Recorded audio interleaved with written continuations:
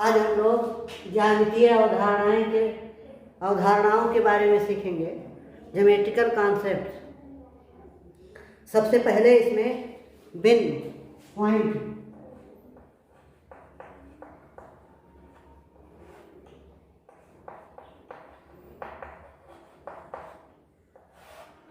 यदि हम पेंसिल को खूब बारीक बना करके उसकी नोक को खूब नुकीला कर करके इस कागज पर एक चिन्ह बना दें पेंसिल की नोक से, तो ये जो चिन्ह तैयार होता है इसे ही हम लोग बिंदु बोलते हैं, पॉइंट कहते हैं।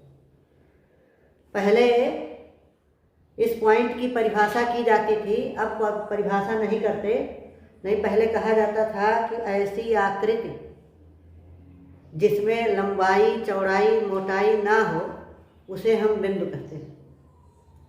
तो हम कितना भी बारीकी से, कितने भी अच्छे ढंग से पेंसिल की नोक को कितना भी नुकीला करके कागज पर उसके द्वारा चिन्ह बनाएंगे तो कुछ न कुछ तो उसमें लंबाई, चौड़ाई अथवा मोटाई आ ही जाए।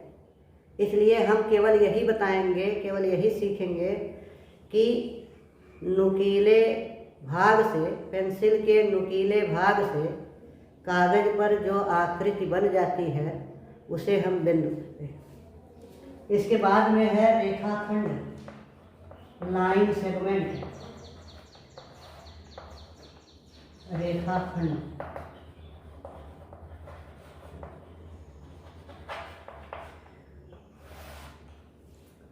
जैसे हम ये कागज ले लें और इस कागज का ये वाला सिरा देख रहे हैं, यहाँ से यहाँ तक है, तो ये रेखाखंड है।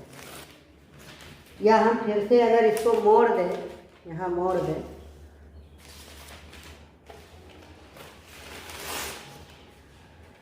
इसे ऐसे मोड़ दें, तो मोड़ने के बाद यहाँ जहाँ मोड़ है यहाँ आप देखेंगे एक आकृति तैयार होती है। इसी को हम लोग रेखाखंड कहते हैं।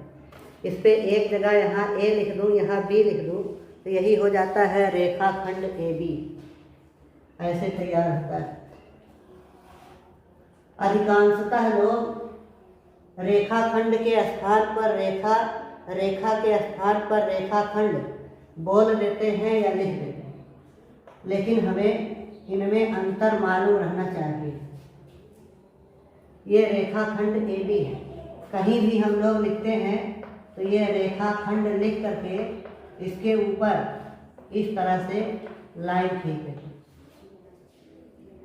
इसमें दोनों सिरों पर, इसके दोनों सिरों पर अंत्य बिंदु होते हैं, एंड पॉइंट्स। इधर भी अंत्य बिंदु है, उधर भी अंत्य बिंदु। ये रेखाखंड होता है। रेखा, लाइन,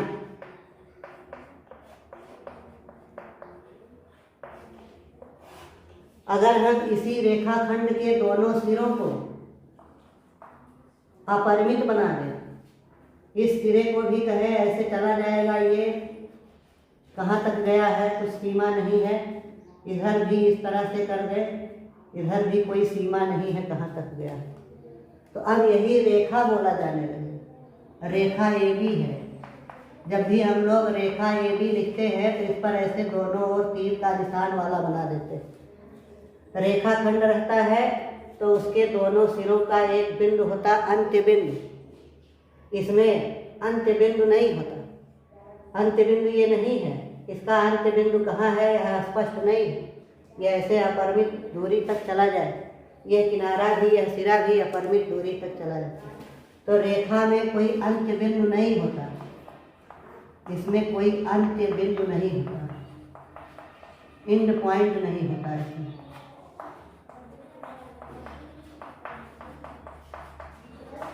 ऐसे रेखा बनाते हैं और इस रेखा का नामकरण करने के लिए इस रेखा पर कोई दो बिंदु ले लेते हैं। जैसे एक बिंदु ये ले ले P और दूसरा बिंदु ले ले Q, तो अब इसका नाम हम लोग बोलेंगे रेखा PQ। लेकिन फिर से एक बार मैं आपको स्पष्ट कर दूं, ये इस रेखा के अंत्य बिंदु नहीं है। रेखा पर लिए गए दो बिंदु हैं, नामकरण करने के लिए दोनों बिंदु लिखे गए। तो एक तो रेखा का नाम लिखने का तरीका ये है कि रेखा पर दो बिंदु ले लें, उन्हीं बिंदुओं के द्वारा इसे बोल दें कि यह है रेखा PQ। अन्यथा हम रेखा को लिखने के लिए अंग्रेजी के छोटे अक्षरों का भी प्रयोग करते हैं। ये जैसे रेखा बना करके इसके नीचे इंग्लिश का स्मॉल लेटर लिख दे यल, तो अब ये बोला जाएगा रेखा यल। अब इसमें ऊपर हम लोग तीर का निशान नहीं बनाते यल के ऊपर। इसको भी ऐसे हम लोग इस पर 2 बिंदु लेकर नामकरण ना करना चाहे, दूसरे तरीके से करना चाहे तो अंग्रेजी का कोई छोटा लेटर लिख दे, तो अब ये कहा जाएगा रेखा यल। तो रेखा के नामकरण के 2 तरीके हैं, रेखा पर 2 बिंदु लेकर के लिखा जाए अथवा रेखा को अंग्रेजी अक्षर के किसी स्मॉल लेटर छोटे अक्षर से उसे प्रदर्शित कर दिया जाता है।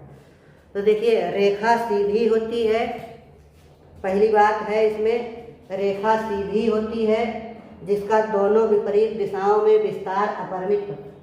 सीधी है और दोनों विपरीत दिशाओं में, एक दिशा ये ले ले, एक ये विपरीत हो गया, उल्टी दिशाएं हो गई, ये दिशा और ये रेखा दोनों ही विपरीत दिशाओं में अपरिमित है। रेखा में कोई भी अंत्य बिंदु नहीं होता। इसी रेखा के किसी भाग को जब ले लेते हैं, यहाँ से यहाँ तक ले ले, तो वो रेखा खंड कहा जाता है। रेखा का खंड, रेखा का भाग, रेखा खंड। ज्यामिति में जब भी रेखा बोला जाता है तो उसका अभिप्राय संपूर्ण रेखा से होता है, न कि उसके खंड से। इसके बाद में है किरण। रेखाखंड, रेखा और किरण।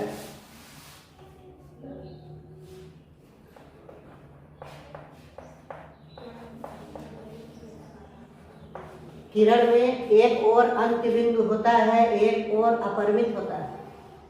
ऐसे ये किरण होगा, या इस तरह बना दे। देखिए इसमें एक अंत्य बिंदु है और एक और अपरिमित है। ये अंत्य बिंदु है, ये अंत्य बिंदु है।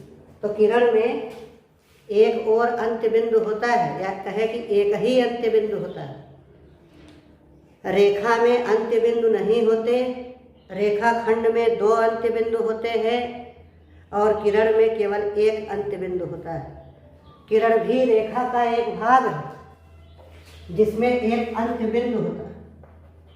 ये डिफिनीशन है, किरण रेखा का एक भाग है, रेखा का एक भाग है जिसमें एक अंत्य बिंदु होता है।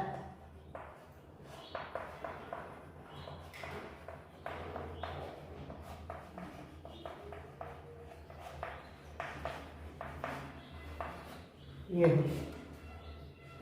किरण को लिखने के लिए इस तरह से लिखते हैं। जैसे इस पर हम 2 बिंदु ले लें, एक यहाँ ओ लिख दें, यहाँ कहीं पी लिख दें, तो अब ये लिखा जाएगा किरण ओपी। जैसे किरण का चिन्ह होता है ऐसे लिखते हैं। किरण में केवल एक और तीर का निशान, एक और एंडिंग पॉइंट्स, एंड पॉइंट्स, अंत बिंदु। तो इसमें एक प्रारंभिक बिंदु होता है। एक बिंदु से हमेशा शुरू होती है किरण। जिस बिंदु से किरण शुरू होती है उसे इनिशियल पॉइंट, प्रारंभिक बिंदु कहते हैं। ये इस किरण का प्रारंभिक बिंदु है। तो ये हो गया रेखा, रेखाखंड और किरण। इसके बाद में है संरेख बिंदु। यदि 2 या 2 से अधिक बिंदु एक ही रेखा पर स्थित होते हैं तो उन्हें हम लोग संरेख बिंदु कहते हैं।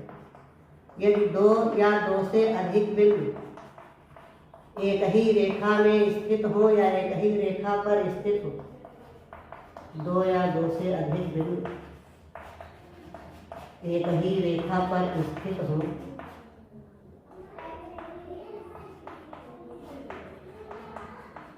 तो उन्हें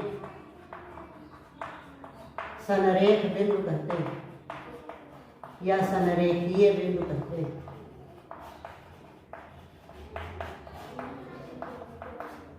जैसे ये है A, B, C, ये संरेख बिंदु। लेकिन यहाँ हम कोई बिंदु ले रहे ऐसे, तो अब ये D संरेख बिंदु नहीं है, तो ये होता है संरेख बिंदु। एक तल में स्थित 3 या 3 से अधिक बिंदु संरेख कहलाते हैं यदि वह सभी एक ही रेखा पर स्थित हो। 3 या 3 से अधिक कर दीजिए, चाहे 2 या 2 से अधिक कर दीजिए। 2 बिंदु भी होंगे, जब वो एक ही रेखा पर स्थित होंगे तो ही हम उन्हें संरेख बिंदु कहेंगे। तो ये हो गया संरेख बिंदु। कोलिनियर पॉइंट्स इन्हें कहते हैं, संरेख बिंदु, कोलिनियर पॉइंट्स। अब अगर एक ही तल में 3 रेखाएं खींची जाए, ये एक तल है। अच्छा, तल की भी बात कर ले तब फिर इसके बारे में और जाने। तल,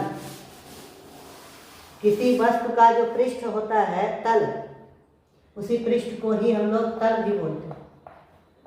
किसी वस्तु का पृष्ठ, ये इसे ही तल कहा जाता है। किसी वस्तु का पृष्ठ तल, या अंग्रेजी में कहते हैं सरफेस, ये 2 प्रकार का होता है।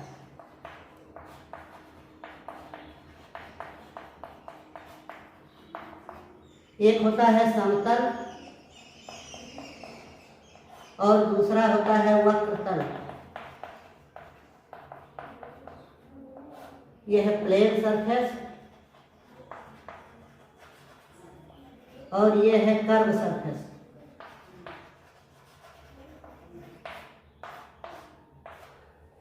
जैसे ये किताब है तो इसका ये जो पृष्ठ है ये समतल है, प्लेन सरफेस है। ये पृष्ठ समतल है, ये पृष्ठ समतल है। भिन्न भिन्न वस्तुओं के पृष्ठ भिन्न भिन्न तरह के होते हैं, भिन्न भिन्न वस्तुओं के तल भिन्न भिन्न तरह के होते हैं। जैसे ये गेंद है, ये गेंद है तो इस गेंद का पृष्ठ ये वक्र तल है, वक्र है, घुमावदार है, वक्र तल ये हो गया। ये जैसे गिलास है तो इस गिलास का ये वाला तल देखा जाए, ये पृष्ठ है, इस वस्तु का ये भी एक पृष्ठ है, ये भी पृष्ठ।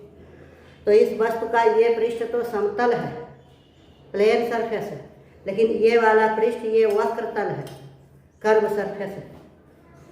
जैसे ये है तो इसका भी ये पृष्ठ जो है वक्र है, वक्र तल है, वक्र पृष्ठ है, कर्व सरफेस है। इसी तरह से जैसे ये है बेलन, सिलेंडर, तो मान लीजिए यहाँ हम कुछ चिपका दें ऐसे कागज, इधर भी ऐसे चिपका दें तो ये हो जाएगा प्लेन सरफेस, समतल, इधर भी हो जाएगा समतल। लेकिन ये वाला हिस्सा जो है, ये भाग, ये है वक्र तल, कर्व सरफेस। भिन्न भिन्न वस्तुओं में भिन्न भिन्न तरह के पृष्ठ या तल होते हैं, सरफेस होते हैं। जैसे ये चाक का डिब्बा है तो इसमें 6 तल है, 6 पृष्ठ है, 6 के 6 समतल है। जैसे एक पृष्ठ ये है, ये भी समतल है। एक पृष्ठ ये ऊपर का हो जाएगा ढक्कन, ये भी प्लेन सरफेस है, समतल। एक पृष्ठ ये है, एक इधर है, एक इधर है, एक इधर है, ये 6 होते हैं। इसे हम लोग घनाभ बोलते हैं, क्यूबाइड है।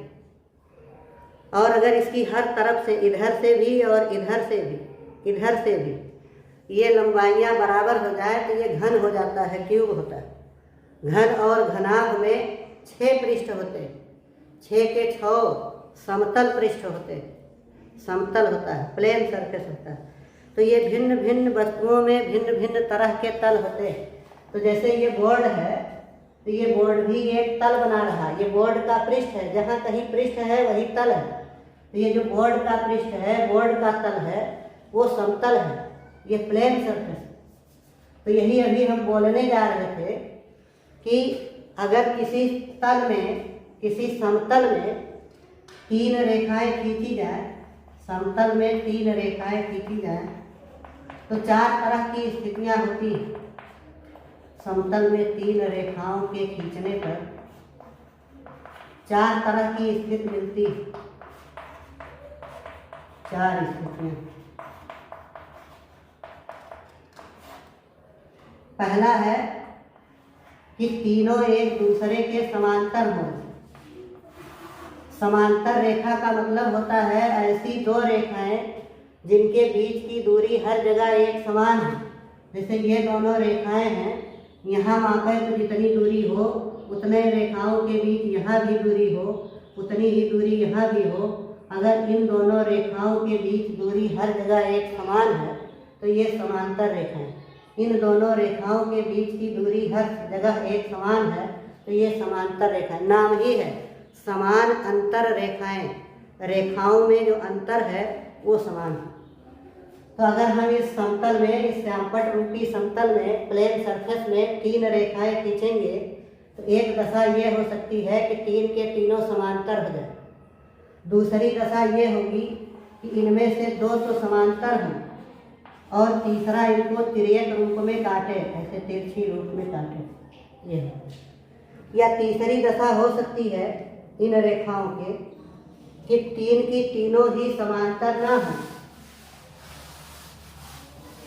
तीनों ही समांतर ना हो, ऐसी स्थिति तब हो जाए 3 में से कोई भी 2 एक दूसरे के समांतर ना हो। ये 3 है, इनसे ये बीच में त्रिभुज बन जाता है। तो समतल में 3 रेखाओं के खींचने पर एक दशा होगी कि 3 के तीनों समांतर हो सकती हैं, एक दशा होगी कि उनमें से 2 समांतर हो, एक उन दोनों समांतर रेखाओं को काटते हुए जाए।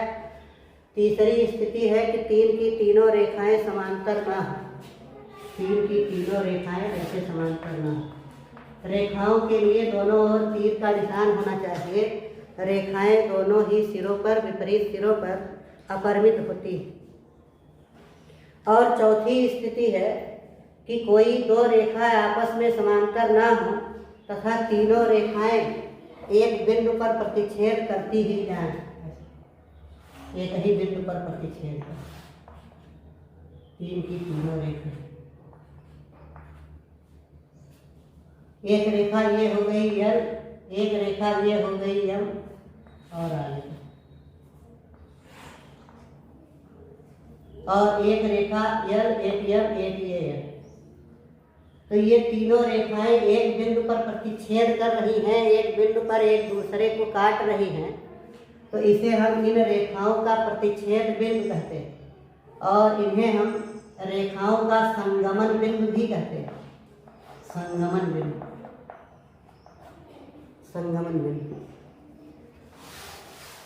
अब देखिए, एक तरह का प्रश्न आता है कंपटीशन में, प्रतियोगिता में, कि कितनी रेखाएं खींची जा सकती हैं। तो जैसे कोई 2 बिंदु हो गया, 2 बिंदु, तो 2 बिंदु मान लो एक यहाँ है और एक यहाँ है, इन दोनों बिंदुओं से कितनी रेखाएं खींच सकते हैं आप? तो केवल एक ही रेखा खींची जा सकती। अब ऐसी और कोई रेखा नहीं खींच सकते आप जो इन दोनों से जाए। यहाँ से खींच देंगे तो इस बिंदु से जाएगा, इससे नहीं। यहाँ से खींच देंगे, इस बिंदु से जाएगा, इससे नहीं। एक बिंदु होता तो असंख्य रेखाएं खींच लेते, एक बिंदु से असंख्य रेखाएं। जैसे यहाँ हम बिंदु बना दें, एक रेखा ऐसे इस बिंदु से जा सकती, एक रेखा इस तरह जा सकती, एक रेखा इस तरह जा सकती। इस बिंदु से असंख्य रेखाएं जाएंगी ऐसे। बहुत सी रेखाएं और भी बन सकती है। एक बिंदु से असंख्य रेखाएं बनती हैं या असंख्य रेखाएं खींची जा सकती हैं। और 2 बिंदु से केवल एक रेखा खींची जा सकती है, केवल एक रेखा। और अगर 3 बिंदु ले लें तो देखिए 3 बिंदु से कितनी रेखाएं खींचेंगे? एक बिंदु ये है, एक ये है। अब अगर तीनों बिंदु एक सीध में है तो इनसे केवल एक ही रेखा खींची जा सकती है। लेकिन यदि तीनों में से कोई एक असनरेख है या 3 के तीनों असनरेख बिंदु हैं, तो 3 असनरेख बिंदु कहे, सनरेख लेंगे तो एक है। 3 असनरेख बिंदु से कितनी रेखाएं खींची जा सकती है? ये सीधी, ये है ए, ये है बी। तो एक बार ए से बी को मिलाते हुए रेखा खींचे, एक बार ए को सी से मिलाते हुए रेखा खींचे, अब बी को सी से मिलाते हुए रेखा खींचे। तो ये हो गया 3 असनरेख बिंदुओं से 3 रेखाएं खींची जा सकती, 3 रेखाएं। इसको हम लोग बिना चित्र बनाए तय करना हो तो ऐसे ए बी सी 3 बिंदु लेंगे, कहेंगे ए का बी से एक रेखा तैयार होगा, ए का सी से एक रेखा तैयार होगा और एक बी से सी का, यही 3 रेखाएं हैं। पहले ए से शुरू कर दें जितने बिंदु हो वहां तक, फिर बी से शुरू करें, फिर सी से। ध्यान रहे कि लौट करके नहीं आना। अब जैसे 4 असंरेख बिंदु ले लें, तो आइए देखें कि 4 असंरेख बिंदुओं से कितनी रेखाएं खींची जा सकती हैं।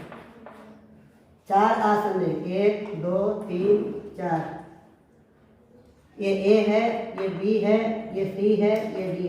तो एक बार ए और बी से जाती हुई रेखा खींचे, एक बार ए और सी से जाती हुई रेखा खींचे, एक बार ए और डी से जाती हुई रेखा खींचे। अब बी से शुरू करें, बी और सी से जाती हुई रेखा खींचे, फिर बी और डी से जाती हुई रेखा खींचेंगे। अब सी से शुरू करें, सी से डी को मिलाते हुए एक रेखा खींचें। इतनी रेखाएं बनेंगी। तो ये हो जाएगा 1 2 3 4, एक ए बी से एक रेखा हो गई ए बी, एक ए से सी को मिलाते हुए रेखा ए सी, एक रेखा ए डी। फिर 20 के लिए देखेंगे, एक रेखा होगी बी सी, एक रेखा होगी बी डी। अब सी से देखेंगे तो सी डी। ये 2 3 5 1 6 रेखाएं खींची जा, इनको भी इसी तरीके से हम समझ सकते हैं। 4 बिंदुओं से कितनी रेखाएं खींची जा सकती, एक से शुरू करके सबको मिला लीजिए, और लेकिन वापस मत आइए। जैसे ए से शुरू करके बी पर एक रेखा पा जाए ए बी, ए से शुरू करके सी पर एक रेखा पा जाए ए सी, ए से शुरू करके डी पर एक रेखा पा जाए ए डी। ए से सबका हो गया। अब जब बी से शुरू करेंगे तो पीछे नहीं आएंगे, बी से आगे ही जाएंगे। तो एक रेखा हो जाएगी बी से सी, ये फिर एक रेखा हो जाएगी बी से डी। अब सी से शुरू करेंगे, लेकिन इधर नहीं आना, सी से डी को खाली मिला के एक रेखा खींचे। तो इस प्रकार आप तय कर सकते हो कि 3 आसनरेख बिंदु से कितनी रेखाएं, 4 आसनरेख बिंदु से 6 रेखा हो गई। ऐसे 5 आसनरेख बिंदु से कितनी रेखाएं खींच सकते, 6 आसनरेख बिंदु से कितनी रेखाएं खींच सकते, ये आप बनाकर देख सकते हैं, ऐसे बिंदु लेकर के देख सकते हैं। जब भी हमें आकृति कोई मिलती है तो 2 तरह की आकृति मिलती है, एक बंद आकृति और एक खुली आकृति। ये जैसे ये खुली आकृति और ये बंद आकृति। खुली आकृति में दोनों सिरे संपाती नहीं होते। एक ये है, संपाती का मतलब ओवरलैप, एक ही बिंदु पर नहीं है, लेकिन इसमें इसके दोनों सिरे संपाती होते हैं। कहीं से भी हम कहें कि ये आकृति ऐसी है कि यही से इसका पहला सिरा है, तो जब यहाँ आकर देखेंगे कि अंतिम सिरा कहाँ है तो वो भी वही। तो यदि प्रारंभिक और अंतिम सिरा एक बिंदु पर संपाती हो तो बंद आकृति तैयार होती है, और यदि प्रारंभिक तथा अंतिम सिरा अलग अलग बिंदु पर होता है तो खुली आकृति होती है। जब भी हमें कोई बंद आकृति मिलती है तो हमें 2 क्षेत्र मिलता है, 2 एरिया मिलती है। एक ये इस बंद आकृति के भीतर भीतर, एक बाहर बाहर। ये जो भीतर का क्षेत्र है इसको कहते हैं अंतः क्षेत्र, या इसे ही बोलते हैं अभ्यंतर, अभ्यंतर भाग। और बाहर होता है बाह्य क्षेत्र। यह है अभ्यंतर भाग, माने इंटीरियर, इंटीरियर एरिया, और ये एक्सटीरियर, इंटीरियर एरिया